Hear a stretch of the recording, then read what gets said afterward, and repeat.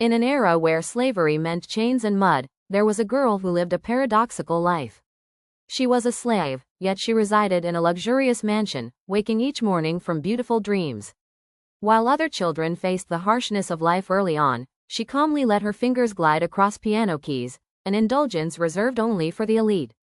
Her name was Katerina. Katerina was the adopted daughter of Lady Anna, a kind-hearted noblewoman. She came into her life when Anna's son went off to war, becoming her comfort and filling the vast emptiness in her mother's heart. Katerina's existence hovered between two worlds, a fact that soon became clear after her encounter with Natalie, a true noble lady. Upon their first meeting, Natalie kindly invited Katerina for a walk in the garden, but Katerina politely declined, awkwardly explaining that she had to return to the kitchen. That very evening, they performed a musical duet together. Natalie was deeply impressed by Katerina's talent and invited her again, but once more, Katerina declined without explanation. Curious and puzzled, Natalie asked Lady Anna, and was stunned by the truth. Katerina, her talented friend, was in fact a slave. An adopted daughter, yes, but never truly free. Another maid once watched Katerina perform with admiration, only to be pulled aside by the stout housekeeper who whispered mockingly. It didn't matter that Katerina wore fine dresses, had fair skin, spoke Italian, and played the piano. She was still a peasant. No nobleman would ever marry her, and she could never marry a peasant either. Katerina's life was like a dandelion, seemingly free and beautiful, but entirely at the mercy of the wind, unable to decide its own fate. Though Lady Anna loved her like a real daughter and was proud of her gifts, Katerina never received even a sliver of affection from her adoptive father, Peter. Cold and unkind, he ordered her back to the kitchen and scolded his wife for educating her, bluntly stating that she was, after all, just a slave. He even declared he no longer wished to see her at the dinner table. Her place was with the rest of the slaves. Katerina, standing just outside the door, heard everything, and it broke her heart. One day, Lady Anna finally received a letter from her son. Learning he was still alive, she wept with joy. Katerina shared in her happiness and rushed to tell the kind maid. But the maid warned her that perhaps this wasn't good news after all. Lady Anna's son, she said, was just like his father, a brute. Soon after, the son, Grisa, returned home in glory. The observant mother immediately noticed his limp and asked about his injury with concern. Grisa's thoughts drifted back to the battlefield, his face momentarily clouded. He, a man hardened by war, wandered into the kitchen, and there he met Katerina. The moment she turned around, he felt like a sudden summer storm had struck him, too swift to dodge, and she had entered his life without warning. Just then, the maid entered and shattered the fragile spark of romance. On her way back from a friend's house, Katerina was caught in a heavy rain. Worse, her carriage got stuck in the mud, and the horse panicked. At that critical moment, a man in uniform riding a white horse appeared like a savior. He borrowed her cloak to cover the horse's eyes and calm it down. Under the soft glow of moonlight, both saw something radiant in the other. When the rain stopped, the man, whose name was Alex, helped her fix the carriage. She gently fixed his hair, and they parted with unspoken longing. Alex attended a ball that evening. On stage was Natalie, the girl he had admired for years. In the crowd was Lydia, who had secretly loved him for just as long. But that night, he decided to end the innocent love triangle of youth, for he had found his true love, Katerina. Elsewhere, Katerina confessed to the maid that she had fallen in love. But when the maid learned her beloved was a noble, she poured cold water over her hopes. Even if he loved her, they would never belong to the same world. That night, both Katerina and Alex lay awake, haunted by thoughts of their different social stations and their fated meeting. The next day, as if by destiny, both returned to the windmill where they first met. They smiled, shared their hearts, and had their first date amid the blooming meadow, basking in the sweetness of young love. But when Katerina asked for his name and heard Alex, her expression darkened instantly. That was the man who had been writing love letters to her best friend. She didn't yet know that the night before, Alex had confessed to Natalie that he loved Katerina, and Natalie had given them her blessing. Trouble soon arrived. A former officer from Grisa's unit visited and took interest in Katerina after learning her background from a male servant. Grisa saw the man and panicked, offering him a bribe of 100 to send him away.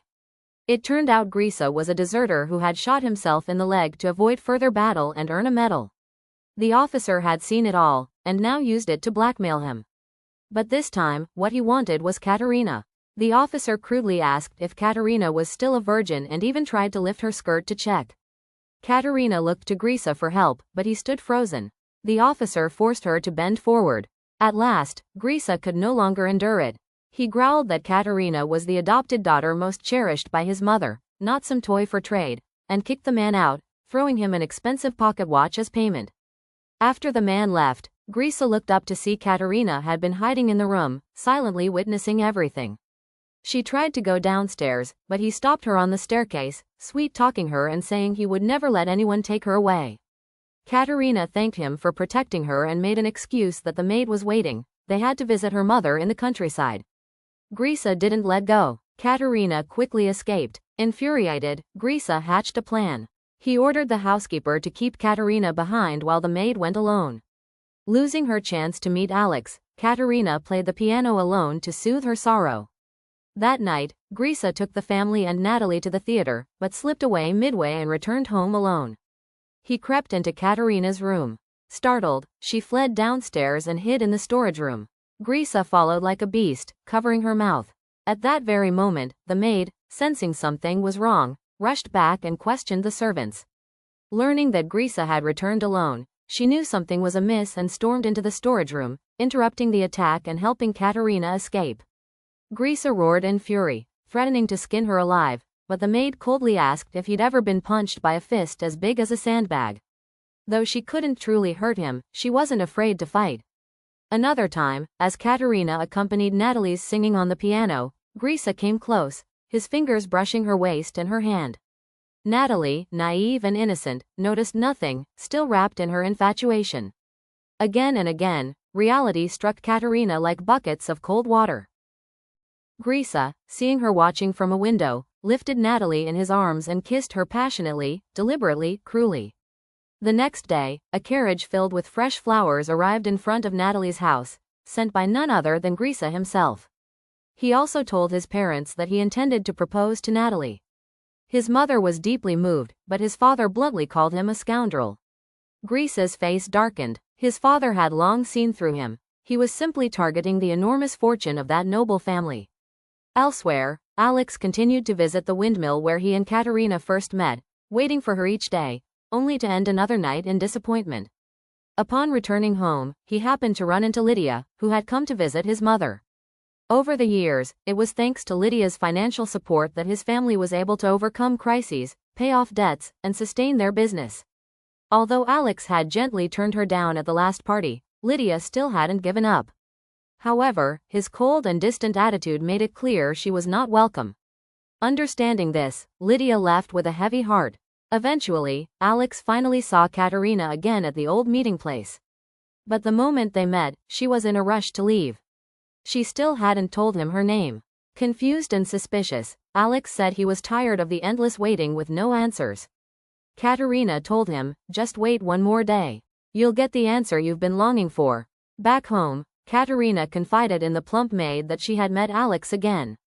She wanted to speak to her foster mother, hoping to ask for her freedom so she could be with him. But this matter could only be brought up with Lady Anna first. It must not reach Peter or Grisa. Unfortunately, their conversation was overheard by a black maid standing outside, who immediately informed Grisa. When the news reached Peter, he declared that he had raised Katerina for 18 years, giving her a refined life even nobles would envy. She was his personal property and should never dream of freedom. Her foster mother also insisted that she had always seen Katerina as her own daughter, and she would not allow her to leave either. Meanwhile, the noble Alexei had become utterly enchanted by the slave girl Katerina. By their third meeting, he already wished to marry her. Katerina broke down in tears and revealed her identity as a slave. Alex stood stunned, speechless, staring into the distance. Like a child who had made a mistake, Katerina begged him for forgiveness. She knew their love was unequal, and she didn't dare to hope they could stay together. She thanked him for making her feel what it was like to love and be loved. Burdened by inferiority, she tried to leave quickly. But to her surprise, Alexei said he had fallen in love with her at first sight. Her status didn't matter, noble or slave, she was the one he wanted to spend his life with. Then he knelt down on one knee and officially proposed. Alex brought Katerina in front of Peter to announce their engagement. Peter called Katerina an expensive toy and his personal asset, then set a price of 48,000. For a debt-ridden nobleman, it was a massive sum, but Alex didn't hesitate and signed the agreement immediately. Although Lady Anna was furious at her husband's decision to sell their daughter, she had no say and could only accept it. At this time, Lydia also learned the news from a servant. Having harbored feelings for Alexei for years, she was in utter disbelief. She mocked the situation, saying she had suitors lining up from here to France, yet Alex was chasing after a slave. But Alex remained firm. Even his mother couldn't change his mind, so she decided to meet her future daughter-in-law. The moment Katerina met her future mother-in-law, she was so nervous she fainted. When she came to, she found the lady smiling kindly at her. The tension in Katerina's heart finally eased. At the dining table, the mother even joked that she herself had been more nervous when she met her own mother-in-law. The warm, welcoming atmosphere felt as though she had already accepted Katerina as part of the family. Back in reality, however, both mother and son had to face the enormous redemption fee. Lydia's unexpected invitation became a lifeline, one last glimmer of hope. She brought out the 48,000 guilders and said she would help Alex buy Katerina's freedom. Alex promised to repay her as soon as possible. But Lydia's next words shattered the moral compass of anyone listening. She said the money didn't need to be paid back. He could still be with Katerina, on one condition. Alexei had to marry her, and the money would count as her dowry. After the marriage, Lydia said she didn't mind if Katerina became Alexei's lover. Faced with such an outrageous proposal, Alexei firmly refused. In desperation, he sought out a merchant and offered to sell the estate's radishes to him at a low price, hoping to get an advance payment before the autumn harvest. The merchant immediately declined. Desperate, Alex took out a photo of Katerina and told the merchant the story of how he had fallen in love with a slave, and the money was to buy her freedom. Moved by his story, the merchant agreed. Elsewhere, after being rejected again, Lydia sought out Lady Anna. With the mindset of, "If I can't have it, I'll destroy it," she lashed out, calling Alex a hypocrite. She claimed he had been engaged to her and only bought Katerina to satisfy his carnal desires. Lady Anna, who loved her daughter dearly, believed Lydia without a second thought. At this time, Alexei, having finally secured the ransom money, came to the master to finalize the agreement. Just as the two parties were about to sign, Lady Anna barged in and interrupted the deal, declaring that Katerina would no longer be sold and telling Alex never to come for her again. The noble lady Natalie finally married the man of her dreams. In a pure white wedding dress as radiant as moonlight over a calm lake, she looked extraordinarily beautiful that day. Grisa held Natalie's hand, and surrounded by a crowd of guests, they slowly walked down the aisle under a shower of flower petals. They completed the sacred ceremony under the witness of a priest, but none of them expected this wedding to turn into a funeral. The master publicly brought his mistress to the wedding. After her flamboyant performance, applause mixed with whispers of scorn filled the room. When Lady Anna saw the woman on stage, she was so enraged that she dropped dead on the spot. Meanwhile, another couple was on the run. Katerina looked back at the land that had raised her for over 18 years, feeling a bittersweet reluctance. Everything seemed unchanged, yet everything had changed so suddenly. Natalie blamed herself, thinking she was a cursed star. Trouble followed her wherever she went. Right after her wedding, tragedy had already struck. When Grisa found out that Katerina had run away with Alex, he immediately vowed to bring her back. He claimed that Katerina was the adopted daughter most loved by his mother and should be by her side now.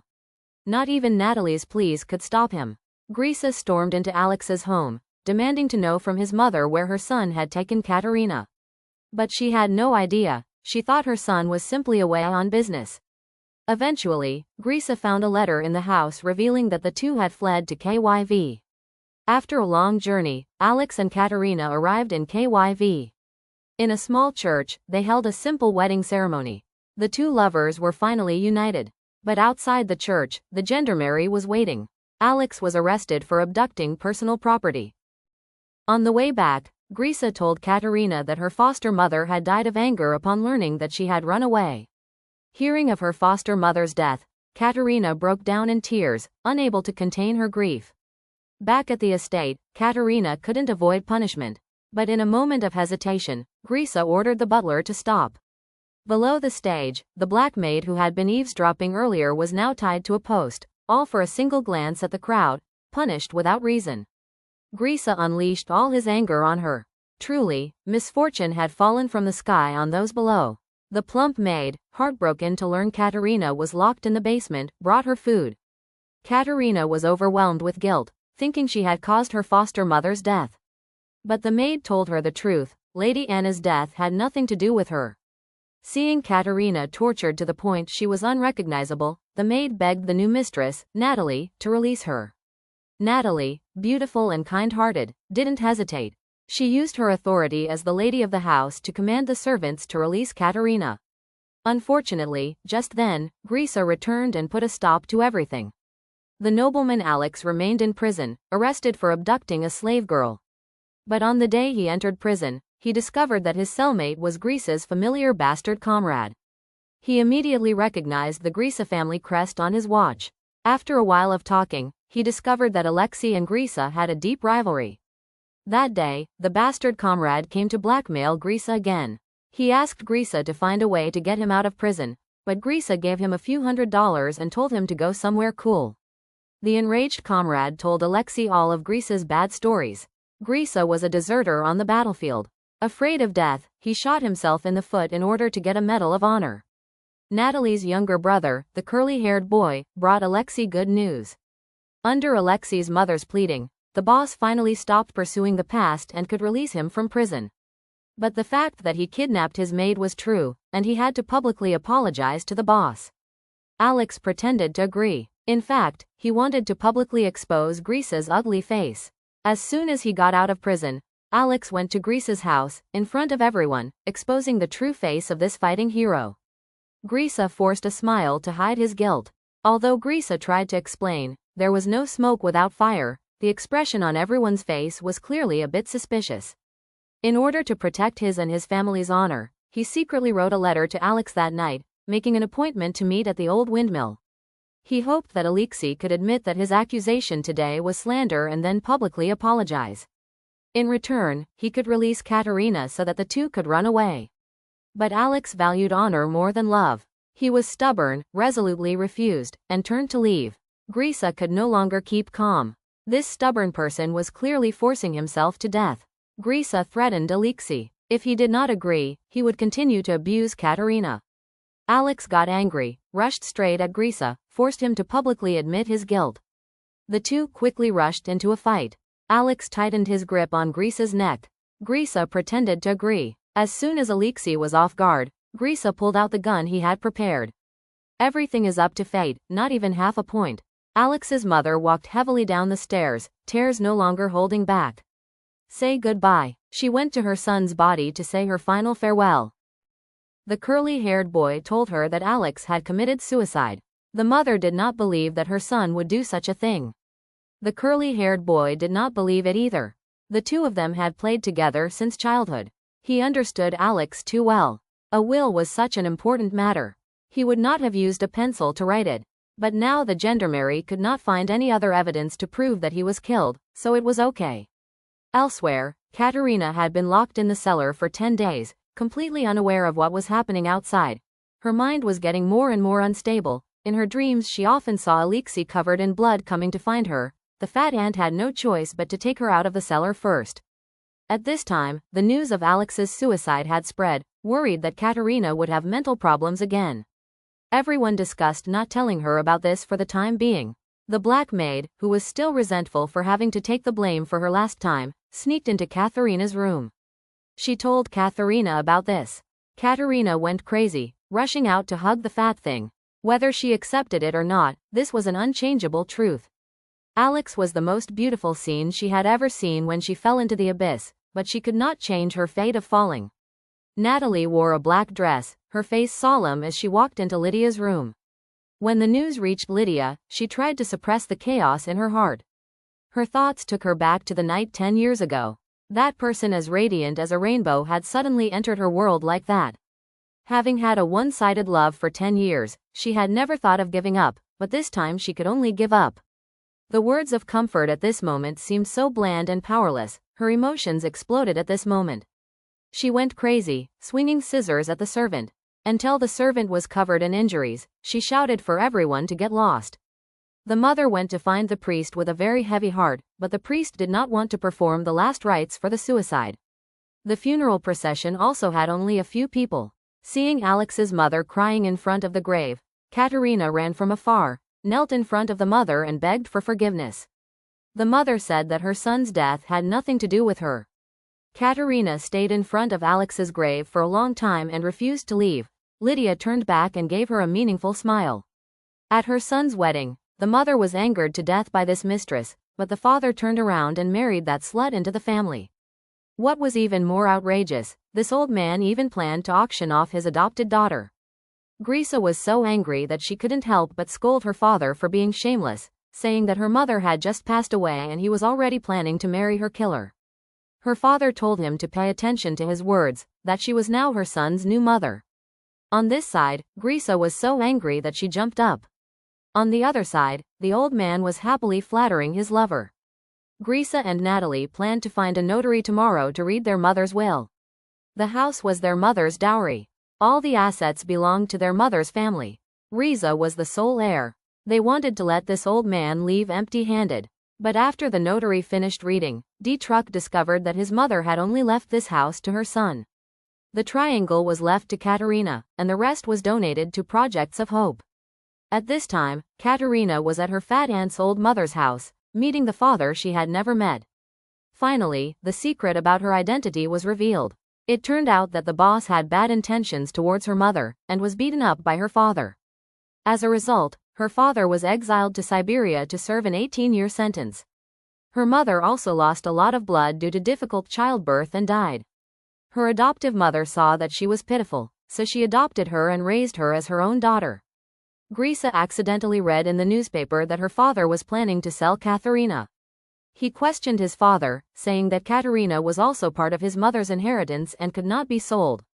His father said that she was his slave. He challenged Grisa that if she wanted to, she should make a good price at today's auction.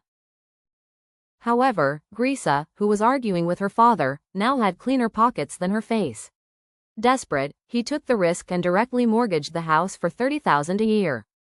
Katerina went home to find her boss, wanting to sell the triangle that her adoptive mother left behind, and then buy herself back. The boss said that he would sell her at a better price. The triangle was completely insufficient. The auction time had come. Katerina, the highly educated and noble-looking maid, had become a hot commodity. A lark song made everyone even more captivated. The auction price quickly rose to 28. Riza gritted her teeth and shouted 29. However, a kind-hearted noble lady who wanted to adopt her best friend Anna's orphan child bid 30,000. Katerina cried with joy. Riza was panicked, he couldn't bid any higher. Elsewhere, ever since Alex passed away, Lydia had gone crazy. She also read the news of Katerina's auction in the newspaper, and immediately became excited, again, now galloping over. Just when everyone thought that everything was settled, she pushed the door open and entered, directly offering 10,000, surprising everyone. She threw a bag of gold bars on the table. Grisa was shocked. He pulled his father aside, put down all his dignity, begged his father, said that he could give up the inheritance of the house. His father could also marry a mistress, as long as he kept Katerina.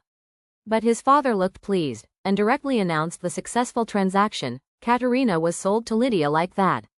Alex's death had long made Lydia hate Katerina. She forced Katerina to take off her shoes and ordered people to put her in the back of the carriage to follow the convoy. The long journey of 15 var had made Katerina's legs bleed. Seeing Katerina being tortured beyond human form, the crowd of onlookers all expressed sympathy. But Lydia openly cut Katerina's hair. And all of this was just the beginning of the nightmare. This woman was crazy. She spent a lot of money to buy her rival just to torture her. During the day, she tied her to a pole, whipped her, and at night, she used chains to lock her whole body like an animal. When she was happy, she beat her. When she was not happy, she beat her. One day, Lydia was different. She brought Katerina to her room. Her friendly attitude made Katerina a little confused. She asked Katerina to tell her about her love story with Alexei. Katerina said, "You can torture me physically, but I will defeat you mentally." Hearing about their happy past, Lydia was jealous beyond control. She thought that Katerina had stolen the happiness that was hers. But now she had lost. Alex was her husband. She showed Katerina her portrait of herself and Alexei. Katerina angrily picked up the portrait of the two and threw it into the fireplace. Laya was as scared as ants on hot claws. She watched the portrait burn. After a while of madness, she picked up the laughing stick, mad with anger. Until Katerina was beaten unconscious, the heavy shock caused Lydia to lose her mind again. Natalie learned about Katerina's situation. She went to Lydia, innocently asking Lydia to free Katerina. After saying everything, Lydia still did not agree and directly sent the guest away. Natalie had no choice but to ask her father for help. Her father could not bear his daughter's pleading, agreed but was stopped by the boss, saying that Katerina was a beautiful disaster. Buying her would only affect the couple's relationship. Her father had no choice but to give up. Since Alexei died, Lydia no longer supported the family. Alex's mother did not compete for business. While she was worried about the household expenses, she received Lydia's invitation. Lydia blamed all the blame for Alex's death on Katerina. She thought her mother would be on the same side as the enemy. But when her mother saw Katerina being tortured by Laya beyond human form, her heart ached immensely. She immediately decided to take her away from here. Lydia turned her back, scolded her mother for being ungrateful and told her to return all her money over the years. Faced with this increasingly crazy woman, her mother was at a loss. She told the curly-haired boy about this, and he couldn't believe that the girl who had played with him since childhood had become like this. He went to Lydia, hoping to buy Katerina back at double the price, but was also rejected. On the way back, he saw Katerina doing hard labor in the wheat field. He thought of a way to help her, asking her to write a complaint letter to the noble council to denounce Lydia. But one person's strength was small, so he had to call on all the slaves to stand up together. Unexpectedly, under Katerina's leadership, the slaves who could not bear the humiliation responded enthusiastically. A slave movement was about to erupt. The woman went to visit her deceased husband's grave, but was discovered by her rival, who immediately planned to bury her alive. As each floor of earth was poured down, Katerina's body was gradually buried. Only when she was completely covered by the earth did Lydia leave, satisfied. Riza did not believe that she had died like that, and dug up the grave to see that it was empty. He muttered that she was not dead. Lydia returned to the manor with the slaves, immersed in the joy of the harvest festival, completely unaware of the murderous plot that was secretly taking place. A young slave ran to tell her father Katerina believed that her daughter was buried alive. The angry father went to the executioner and killed him with one blow. Laya realized that the atmosphere was getting worse and worse, so she quickly ran into her mansion, hugging her most precious portrait and hiding. Lydia's cruelty made the slaves unbearable. They quickly gathered outside the mansion, preparing to set her on fire. The fire quickly spread throughout the manor. Lydia was burned alive just like that. Greece's manor also had riots. The heavy labor and high taxes made the slaves angry. They directly attacked the butler first. Grisa was scared. He told the fat ant to quickly take Natalie to hide in the room. Natalie could only stay in the room and pray for her husband.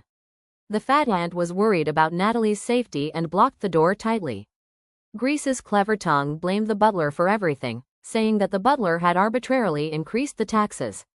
He severely punished the butler and reduced the labor of everyone from 6 days a week to 3 days, which temporarily quelled the riot. The news of Katerina being buried alive reached the fat ant. The fat ant couldn't help but cry, attracting Grisa's attention. That night, Grisa told Natalie that he had to go out to discuss business, but in fact, he secretly went to Katerina's grave. He didn't believe that this woman had died like that. Unwilling to accept it, he directly dug up Katerina's grave, digging 3 deep but still couldn't find her body. At this time, she woke up in the familiar windmill. It turned out that when she was on the verge of death, Katerina was still praying for Lydia and the butler who had buried her alive, hoping that God would forgive their sins. The butler was moved and felt compassion. While Lydia was away, he secretly saved the old Katerina. The father didn't know what happened, and directly gave him a ticket to see the king of hell. Before she could pray for him, Katerina wanted to leave this heartbreaking place immediately. Because this windmill was the place where Alexei had committed suicide. The old serf told her that Alexei had not committed suicide, because he happened to be far away that day and heard the fierce quarrel in the windmill, followed by 2 gunshots. It was morning. The gendarmes were hunting for the wind that killed the rioting serfs at Lydia's manor. At this time, the hounds had followed the scent to the windmill. Katerina climbed up to the attic. A serf hiding in the haystack was caught on the spot. The gendarmerie was about to go up to the attic to check again when the ladder broke. Thanks to that, Katerina escaped. She went to the curly-haired boy. At this time, no one knew that Katerina was alive. She wanted to take this opportunity to start a completely new life. After a day of running away, Katerina was exhausted after taking a bath. She fell asleep on the sofa. At this time, his father had just come home and looked at the woman on the sofa, thinking that his son had brought a prostitute home. The curly-haired boy explained that this was Alexi's wife. The two discussed taking her to Key to take refuge. Since Lydia was burned to death by a servant, Natalie had increasingly distrusted her servants. She fired all the maids who took care of her, keeping only the fat one she trusted the most to take care of. Meanwhile, Grisa was busy every day finding out news about Katerina. He bribed the gendarmerie captain, asking him to secretly help him find news about Katerina. He appeared to comfort Natalie, but in fact he found her mentally troubled. He immediately took her back to her mother's house. At this time Natalie happened to come to find her younger brother, the curly-haired boy. Afraid of revealing Katerina's whereabouts, the curly-haired boy had no choice but to find an excuse to send his sister away. The curly-haired boy quickly prepared travel expenses and a letter of introduction for Katerina, telling her to go to KYV to be a tutor. After a long journey, Katerina arrived at KYV, this familiar place. But because she was too tired, she fainted on the way. When she woke up again, she found herself in a brothel. Katerina woke up from her coma. The person who saved her was this girl in front of her. Lena used to be a servant in the Grisa house, and recognized Katerina at first sight. Katerina had just woken up, but before she could say 2 words, she fainted again. At this time, the mistress came to find Lena, and she carefully locked the door. This sneaky action made the mistress suspicious. She went into the room to see, and there was another person lying in the room. She secretly took Katerina's letter of introduction and money. At this moment, Lena entered through her mouth. The boss knew that Katerina was the adopted daughter of a noble family. Seeing that she had some beauty, she decided to keep her. Under Lena's attentive care, Katerina finally woke up. The boss invited a doctor to check the girl's health. Fortunately, Katerina only had a cold, but unfortunately, Lena's leg was infected. Upon hearing this news, Lena cried and begged the landlady to keep her. She could do any odd jobs. The landlady softened and arranged for her to be sent to the isolation room until she recovered. Lena was extremely grateful. The landlady also learned from Lena that Katerina was a prostitute, and was immediately overjoyed. She told Katerina that her passport and money had been stolen when she fainted, and that she now had a cold, and asked her to stay here first. Elsewhere, the landlady was contacting a wealthy French merchant who wanted to sell her first time. The merchant secretly watched Katerina changing clothes outside the door, and was immediately satisfied and paid a deposit. After Katerina's health had somewhat recovered, she went to the landlady to say goodbye. The landlady said again, "You spend money every day here, whether it's for medical treatment, food, or lodging. You can only leave after you've paid her all the money." That day, a thug came to the brothel. Han took advantage of the fact that the landlady was not there to sneak in. The girls were like they had encountered a great enemy. The thug was like he was helping pick cabbages, telling the girls to stand in a line. Katerina, who you don't know, also just came out. This new face immediately attracted the attention of the thug. Fortunately, Lena ran out to help her. She lied that Katerina had an infectious disease, which made the thug lose interest. The landlady dressed Katerina up as a French noble lady, intending to let her stir up the atmosphere in the brothel. Among the various guests, a handsome gentleman stood out. Katerina poured out all her sadness into music. The sad melody and the cheerful atmosphere seemed incompatible. André was attracted by the music and looked at the special girl in front of him. A strange feeling rose in his heart. He realized that he had seen her before. André knew that Lena had syphilis and had no money for treatment. The kind man took out a piece of paper, wrote down the address of a doctor, and told Lena to come for treatment the next day. He generously invited the best doctor for Lena and paid all the expenses. Lena thought everything was going well, but disaster struck again. That day the thug came again. He suddenly appeared. Selena fell on the bed. Lena was scared and kept retreating. The crazy thug directly pulled out a knife hidden in a stick. A miserable scream attracted Katerina's attention. She quickly ran back to the room but only found Lena dead, carpet on the bed. Bastard Grisa finally got his wish. The Katerina he longed for day and night appeared before him in a charming, enchanting way. He smoked cigarettes every day, making his mind unclear.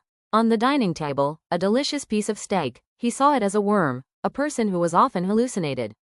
Natalie thought that Lydia had not been buried yet, and was her only friend now. Natalie went to Lydia's burned-down manor, wanting to find her remains to bury. A serf in the manor blurted out, "Master," making Natalie a little bewildered. She said that the dead Lydia was their master. The serf told her that Grisa had bought the manor yesterday. Natalie angrily returned home, wanting to confront Grisa about buying the manor. At this time, Grisa was high on drugs. In his daze, he saw the Katharina he longed for day and night again. Natalie angrily rushed in, interrupting his illusion, questioning why she had to know that he bought the manor from an outsider and where the money came from. The bastard said that he had mortgaged the house and that women should not ask about men's matters. The conversation between the two ended in this discordant atmosphere. After speaking, he wanted to chase Natalie away, just wanting to continue the beautiful dream just now. He picked up the pipe, and after puffing for a while, an illusion appeared before his eyes again. Seeing that Grisa was getting more and more depressed, Natalie told him to quit smoking and accept proper treatment. She said that she was pregnant, considering it as the child in her belly. Grisa agreed, but at the candlelit dinner that the two had arranged, Natalie had prepared everything but still could not see her husband. When they arrived at the study, they discovered that Grisa was smoking again. This time, he saw Alexei come to take his life. Seeing that Grisa had been harmed by opium to the point of no return, Natalie was discouraged and took Grisa's opium and threw it all into the fireplace. After Grisa woke up, he started looking for opium again. Natalie told him that she had burned it all because these things were not good for his health. Grisa completely ignored her explanation. Natalie ran out of the room heartbroken. Grisa realized his mistake and chased after her. He grabbed Natalie's hand but was pushed away. A step was bent. Natalie fell down the stairs. Fatty D heard the news and ran over. Hearing that Natalie was still beating, luckily she just fainted. Grisa begged for mercy. Natalie forgave him by the bedside and promised that she would definitely quit drugs. "Natalie, you're still scared, you just want Grisa to go out quickly, leave me alone for a while." Lying in bed for a day, Natalie thought a lot. After all, he was the person she loved the most. The happiest moment of her life was still clear in her mind. She believed that the smile on her husband's face that day was definitely not fake. She called Grisa to her bedside, said that they were husband and wife, had sworn to be together forever and she still loved him. She decided to forgive Grisa. The two hugged each other passionately, but a maid noticed that Natalie's dress was stained red with blood. She exclaimed that the lady was bleeding. Grisa was extremely worried and called the doctor. After the doctor's diagnosis, he told him that Natalie had a miscarriage. The worst news was that she would not be able to have children anymore. Elsewhere, the landlady planned to sell Katerina for the first time today. Today she was dressed up like a doll. Afraid that she wouldn't cooperate, the landlady secretly put sleeping pills in her drink. The perverted French merchant entered Katerina's room. Katerina wanted to run away but felt more and more dizzy. The merchant was really perverted. He smeared chocolate all over Katerina's mouth. Katerina tried to struggle but was pulled back by the merchant and thrown onto the bed. Katerina grabbed the doll next to her and used all her strength to hit the merchant until she fainted. She panicked and ran out the door, accidentally bumping into André, who was passing by. She begged André to help her. André said to the merchant, "If the girl doesn't want to, don't force her, you're not for sale." The merchant was angry and wanted to drag things out. André directly punched him and knocked him flat on his face. André looked for the landlady, hoping she would let Katerina go. He said that she didn't want to stay here. Don't ruin her life. He could help Katerina redeem herself. The landlady agreed. She returned the letter of introduction to Katerina, telling her that André had helped her pay the ransom, and that she was now a free woman. Katerina followed the curly-haired boy's letter of introduction to the governor's house. The governor's wife Elena opened the letter of introduction and immediately called the butler to bring Katerina in. The mansion was large and splendid. The governor's wife was so approachable that this woman who had just escaped from hell was a little at a loss. As soon as Katerina sat down, Elena's eyes were already moist. She began to ask Han Katharina about the curly-haired boy's situation. Realizing that she had been a little rude, she changed the subject and started talking about the tutoring problem. After learning a little about Katharina's situation, she immediately hired her. Katarina was so happy that she cried. Life had finally gotten better. However, Riza still wouldn't let her go. Natalie's father read in the newspaper that Grisa was offering a 5,000 reward to help find Katarina. He immediately got on the carriage and went to Grisa's house. Natalie didn't want to see her miserable appearance. She tried to get up and get out of bed. His angry father went to Grisa to question him about mortgaging the house to buy Lydia's manor. Was it because he wanted to become the new master and then rightfully find his slave Katarina and raise her like a canary? Grisa was still stubborn, but the conversation between the two was clearly heard by Natalie outside the door. Natalie walked in and picked up the newspaper, only to discover that what her father said was true. She told her father that they were going home. Natalie had been sad and crying all day since returning to her mother's house. Even the dowry was returned by Grisa.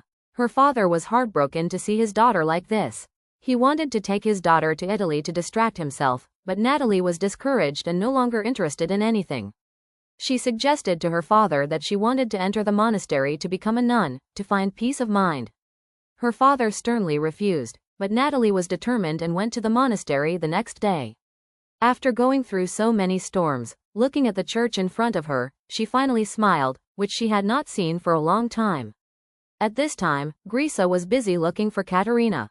That day, he received a letter from KIV. The person in the letter said that he had seen the person he was looking for in KIV. Riza went to Kev that day. When she was about to stay at the hotel, she accidentally met her teammate. The teammate told him that the governor's house would be holding a charity ball recently. He invited him to join. He said that such an opportunity was of course necessary to get acquainted, so he immediately agreed. On her first day as a tutor, Katarina was almost fired.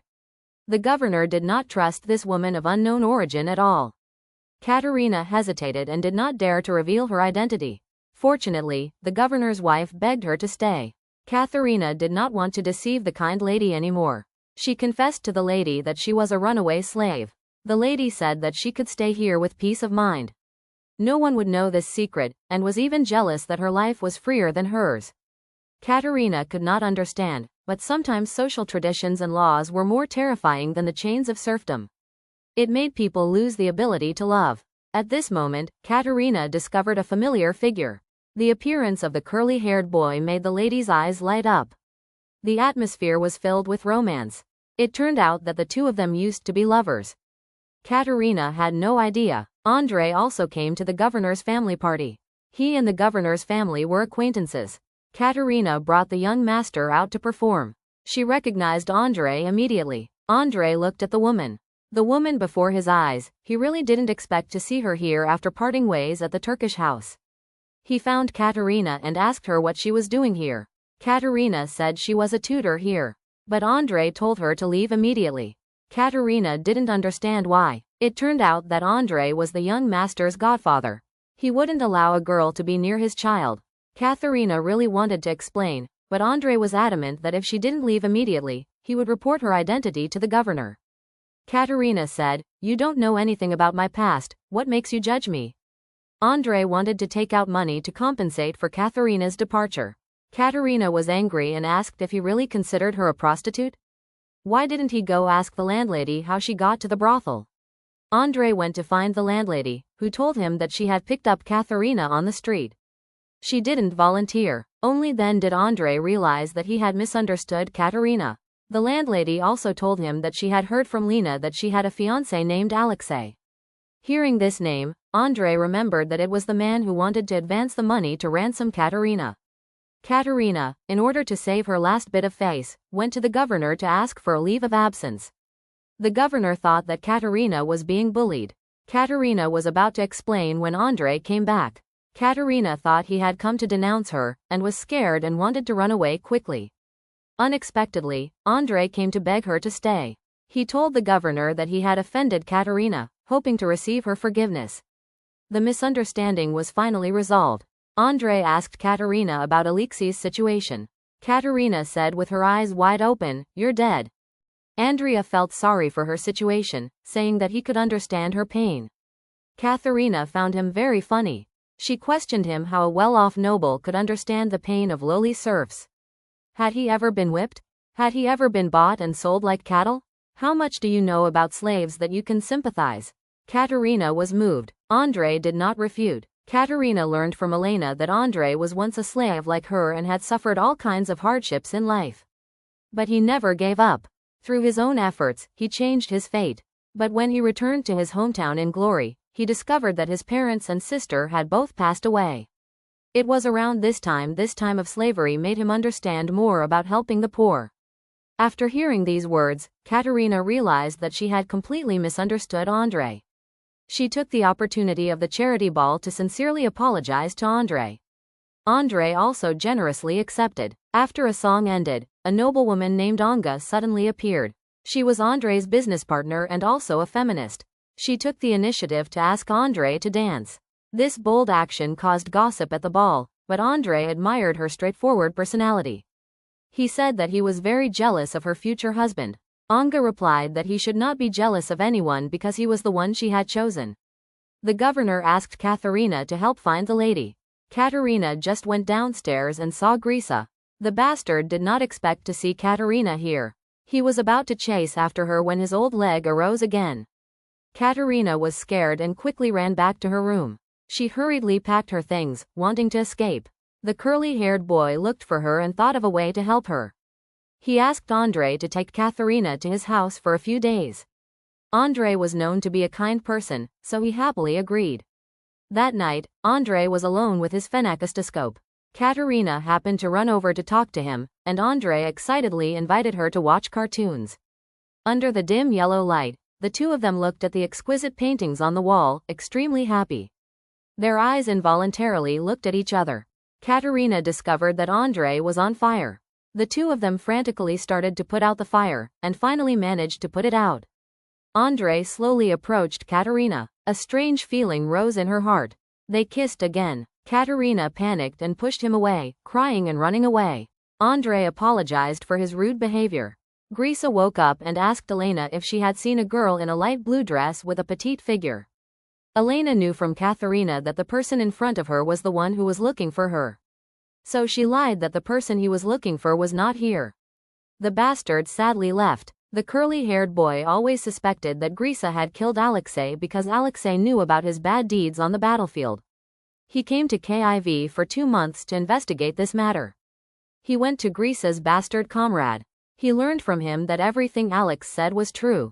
Grisa had indeed shot himself in the foot, and he could prove it by taking out the Russian bullet in his foot. Today Andrei bought Katharina a new set of clothes, a hat with a veil, and a nice coat. Katharina didn't understand why he was so nice to her. Andrei said that if she went out like that, she wouldn't be recognized. Andrei asked her where she wanted to go. Katharina said she wanted to go to Andrei's favorite place. She didn't expect that place to be a hospital built specifically for the poor. She thought Katharina would be bored. She didn't expect Katharina to find him great.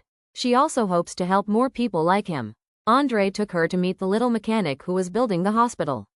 Unexpectedly, he was a servant in Grisa's house. The mechanic thought he saw a ghost and quickly hid the cross on his chest.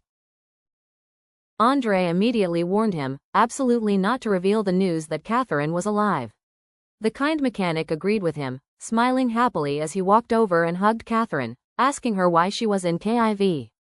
The mechanic told her that he was auctioning off his products, and that if he earned 5,000, he could go back and redeem himself. But when the two of them returned home, they were still discovered by an uninvited guest. The woman discovered that the male god was hiding a beauty in the house, so she hired a private investigator to investigate and discovered that the person being hidden was an escaped slave, and had even spent a month in a brothel. His rich background made Ona exclaim in surprise. She immediately reminded Andrei that hiding an escaped criminal was against the law.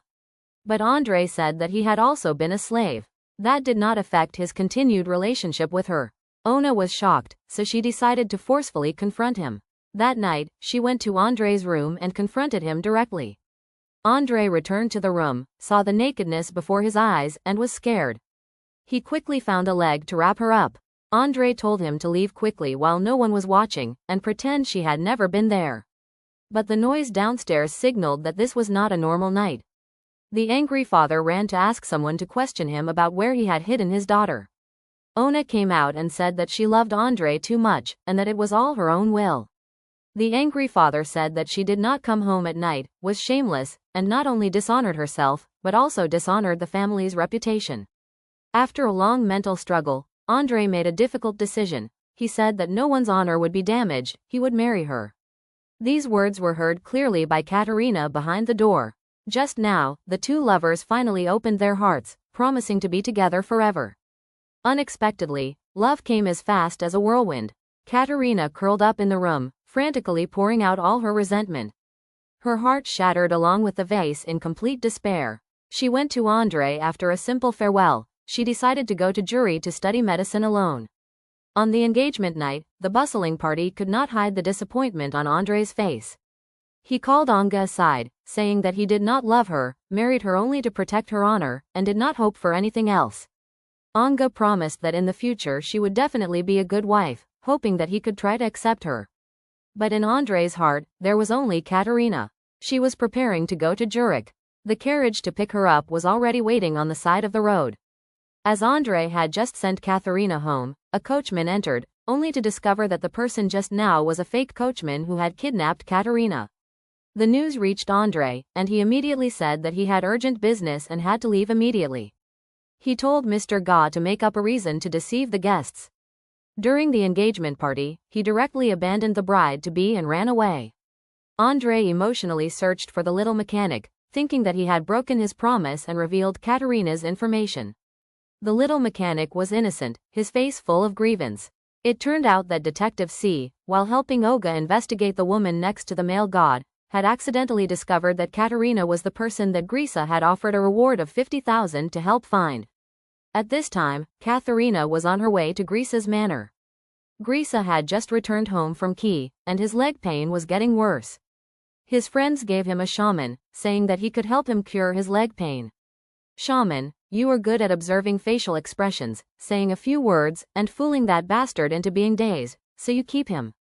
A group of people stay at home to dance with the medium. The bastard not only lets this group of people stay at home and cheat them with food and water, but also gives all their assets to the shaman to manage. Natalie has been praying sincerely in the monastery for 4 months, and today she finally returned. Father said she has changed, becoming more mature than before. Natalie has forgiven Grisa, and still wants to return to him. Although her father was very opposed, he could not stop his beloved daughter. But when Natalie returned home, she saw the shaman sneaking around in the study. She questioned who he was, and the shaman started to deceive her again, saying that he was the man's spiritual teacher and could help him escape from his physical and mental torment. Natalie was half believing, and after seeing him pray sincerely, she began to believe what the shaman said. In order not to bother him with his treatment, Natalie decided to leave first. Fat Ant, you have seen through everything, seeing that the bastard was not lightly deceived, really could not bear it anymore, kindly came to remind him. Fat Ant told him, if he did not chase these shamans away, she would not take care of him anymore and would leave immediately. Bastard, you have played your role too deeply, and treated her words as if they were the wind passing by. But just as Fat Ant was packing up and preparing to leave, she heard a piece of news. Katerina, after so many times, was forced back to the bastard's side. On the engagement day, the fiancé left her because he was looking for a lover. Ona told Andrei about her guess. It was possible that the detective kidnapped Katerina, then went to find Grisa in exchange for the reward. Because at first she had found a detective to investigate Katerina, which caused Katerina's identity to be exposed. Ona felt extremely guilty. Andrei immediately set off for Graza's manor. Seeing that Andrei loved Katerina deeply, before leaving, Ona took the initiative to propose to annul the engagement with Andrei. Hoping that Andrei could find his happiness, the bastard asked Katerina to read her mother's favorite book to her. Katerina couldn't believe it and accepted the book. It must be said that the bastard was also a pitiful person. His mother had passed away, his father had taken his lover to settle down in Paris, and his wife was no longer by his side after a miscarriage. At this time, the bastard heard the servant say that a man named Andrei had come to find him. Hearing this name, Katerina was extremely surprised. Andrei knew that the bastard had mortgaged his house. The bank interest had not been paid for a long time. The manor was about to be auctioned. He said he could help him. The condition was that he hoped the bastard could free Katerina. The bastard's stubbornness was too deep. He heard that he wanted to take Katerina away from him. He emotionally said he did not agree. The cripple refused to listen. Andrei had no choice but to find his best friend, the curly-haired boy, to think of a way. The curly-haired boy was worried that he was murdered like Alexei, reminding him to be careful of him. He is a dangerous man. Unfortunately, Natalie heard this conversation. She emotionally told her younger brother, "I've always hated him. He has a hot temper and many bad habits, but he can't kill anyone." Although the curly-haired boy didn't want to upset his sister, he also hoped that she would be a little more rational. Natalie didn't allow her husband's reputation to be tarnished. The conversation between the two ended unhappily. That same day, the bastard received a court summons. The plaintiff was his brother-in-law, the curly-haired boy. The bastard walked into the court with a serious expression. Natalie ran over worriedly and said that she trusted him. The bastard was annoyed and told her to go away. But before the curly-haired boy could say 2 sentences, the bastard fainted. Because the wound in his leg became more serious, the military doctor recommended immediate surgery to remove the bullet. Natalie begged the doctor to save her husband. The surgery was over. The curly-haired boy told the military doctor, "Keep the bullet, absolutely do not give it to Grisa." Natalie visited Grisa after the surgery. The angry bastard only wanted to get back the bullet that decided his fate. The day of the trial came again. The curly-haired boy exposed Grisa's desertion scandal on the battlefield, and was also the one who killed Officer Alexei. The nobles could not believe it at all. Alexei's mother also hoped that he would bring evidence. The Russian letters on the bullet could prove that he shot himself in the foot. As for the murder, there was also the witness, the old serf who was outside the crime scene that day. Alex's mother finally knew that her son did not commit suicide.